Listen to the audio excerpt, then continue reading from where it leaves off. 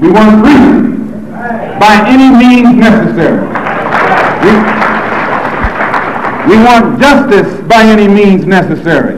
We want equality by any means necessary. We don't feel that in 1964, living in a country that is supposedly based upon freedom and supposedly the leader of the free world, we don't think that we should have to sit around and wait for some segregationist congressmen and senators and a president from Texas in Washington, D.C. to make up their mind that our people are due now some degree of civil rights. No, we want it now, or we don't think anybody should have it. Here we go again. Day, I don't know what day it is. Day, whatever, pick. Day 57 of lockdown. Still in paradise. Still reading. Been doing a lot of exercising. Got me a bike. You know, been doing a lot of running. Just, man, I'm probably in the best shape I've been in maybe, oh my goodness, probably in almost a decade. When I was running 3 miles in 21 minutes. That felt like years ago. But, man, here we are again. I had said on the last video that I was going to talk about this book called American Dirt. I'm sure if you're a reader, you're into literature, you've heard about it. It's a book about a young lady. She was married, her husband gets killed by a cartel, and it was one of Oprah's books. I usually don't jump on the bandwagon or whatever, but I kept hearing about the controversy. If you don't know about the controversy, Google it. I'm really not going to talk about it. I don't even want to give my opinion on it. I mean, yes, I will. I think it's just stupid. I think anybody can write what they want to write, and the people that say just because this lady is not Hispanic, she can't write about it are idiots, and they just jealous. And I saw the other Latino writers, and they were saying, Oprah, you make everybody hot. Why don't you get one of us, like, write something good? Or maybe she just don't like y'all. Find another way. Like, I mean, imagine being an adult and begging somebody to put you on. I'd rather starve to death under the bridge. Like, you know, put your work out there. If she finds it, if not, there's other ways. I mean, there's other authors that are, you know, I mean, that have wrote great books, and they didn't get it's that COVID. They didn't get put on by Oprah. But anyway, I don't know, bro. Generation of crybabies. So I thought that the book was absolutely riveting. I thought it was adventurous. They'll probably make a movie about it. I was a huge guy against illegal immigration, still am, but it made me like kind of feel, especially for the children that's in this predicament, you know, with cartels or whatever. But I'd like to ask all the Mexican immigrants or Hispanic people, like, why when they come over here, not all, I'm sorry, I shouldn't say all, but some of them come all the way through that and then come here and talk to black folks like they ain't shit. Could somebody explain that to me? I lived in Texas for a while, and that's when I first started encountering it. Like, I'm like, man, most of these people they're more racist than whites, and they'll try to put you down so they can get closer to the whites, you know? It's insane. Not all, because I met some that were pretty cool, you know. Well, it seems like the ones that were pretty cool were from other countries, Guatemala, Honduras. But the ones that were like from Mexico, you know, didn't really want to deal with you. I'm not saying all, but man, they have like this superiority complex that's just, I don't understand. Like, I don't understand superiority complexes anyway, or I mean, from anybody, because we're all human. You know, you might have more material things, or you might be more talented in every area, but you could be the best or whatever. If that man don't come in that truck and pick your trash up, you gonna be fucked. So I don't understand. I don't understand how people become big-headed. Okay, you're the most prominent, whatever, doctor, lawyer, preacher, whatever.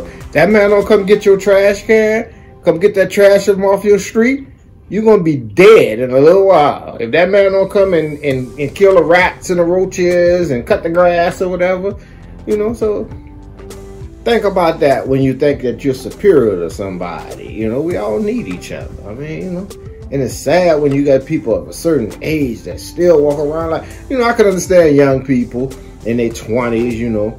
I mean, talking to a college student is like, you ever talk to somebody that's like in college and they walk around with, especially black people, I'm sorry to say it, but, oh, you talk to some of these black children and they're in college, oh, they feel like they know, oh, they God's gift to earth. I was the same way when I was in college.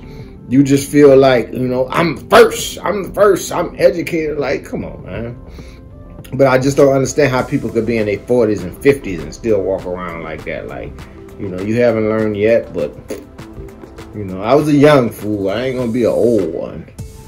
But, man, American Dirt. Great story, man. You know, how this lady, and especially with the two sisters that she met along her way and all the stuff that they went through. I'm not going to tell a whole story.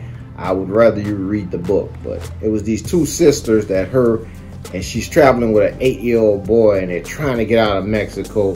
They're jumping on top of trains, trying to get to Nogales by Tucson. I actually went through there on a bus years ago. I was on a bus from New Orleans to San Diego, and they would stop us every hour or so, and the Border Patrol people would get on the bus and they would say, "What state were you born in?" You know, I guess they had to do that, but they would, you know, if you was black or white, they wouldn't really deal with you. But with the Mexican people, the Hispanic people, they was all up on them. Like, let me see your birth certificate. Where are you from? You know.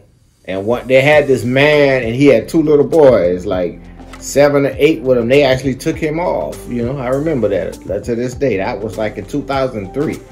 Then they pulled him off with the two boys. I don't know if they were his sons or what, but, you know.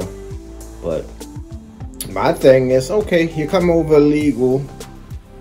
You know, I don't understand this, I don't even know the word. Where you at this entitlement, you know? And I think it's coming, I guess it's a younger generation thing where they feel like they're entitled to live here or whatever, you know? I'm sneaking in your house, I'm gonna put my head down. You did? I'm gonna put my head down. Look, you run it, it's your house, give me a corner, you know what I'm saying? If I'm living in your house, I'm gonna be quiet till I get my own house or whatever, you know? Don't come to nobody else's house starting shit. you come into their house. Now, we came to Mexico starting shit to be the same way, but you come to somebody else's house starting shit. So that's just how I view it, man. And I like somebody answer me. I'm not saying that all Mexican people are racist. I'm not saying that all Hispanic people are racist. That would be idiotic, you know, to paint that broad brush. But I've had personal instances, man, in Texas. It's not too much here because I guess the numbers, but you know, I was living in Houston and did some jobs. And then when I moved to the Austin area, the same way, man. It's like, man, like some of them, like, you know, and me being like having, you know, education or whatever, I wasn't standing for it. I wasn't going to just chuckle and laugh. I remember I was working with this Hispanic dude and we were doing something and he wanted me to put the trash. I said, give me some gloves because there was maggots all on the trash. I said, give me some gloves. He tells me to reach in there with my hands. I said, man, fuck you. I'm not doing that. He runs to the supervisor and says something in Spanish that I didn't know what he was saying. Supervisor comes to me and tells me, oh man, you gotta go. And I'm like, what? You know? And he's like, well, you had a fight with him or whatever. I said, man, look, he asked me to put this trash out. I told him I'll do it, but I need some gloves and not reaching my hands in there. Like, you know. But, you know, and there was other certain instances, you know. The females, that's a whole different story. You know, you try to be nice. And like I say, some of them were very nice. I always seems like the older ones had more sense. And maybe the American ones they had been like, you know, socialized here, and, you know, with the whole light skin, dark skin thing, they feel like they're superior because they have light skin. I don't know if it comes from there or they learned it here, but yeah, you know, a couple of times I had to set a few straight, like, look, it's not gonna fly, dude. Like, you don't have to like me, but you don't have to respect me, or you have to get away from me. Like, one of the two. You're not gonna be able to live this way with respect. Now, you can go over there and talk about me, but you're not gonna come over here and just do what you want with me. Like, I'm not gonna just giggle and smile just like to be your friend. Like, you know, I hate black people that do that, by the way. They just giggle and smile. They the little mascot. So, but I'm on a tangent, I'm sorry. So, you know, another dude then got shot by the police. You know, it looked like they always just start publicizing it when it's around the election. You know, last couple of years, it's like, no black people that got shot by police. Of course they have, but they didn't. You know, so, but you believe what you believe about that, you know. We've been riding since Watts in 1965. It's 2020 and 50 something years, and we still don't, we realize that don't work. But you might get some free stuff out of Target. I mean, God bless you. Do what you do. Peace.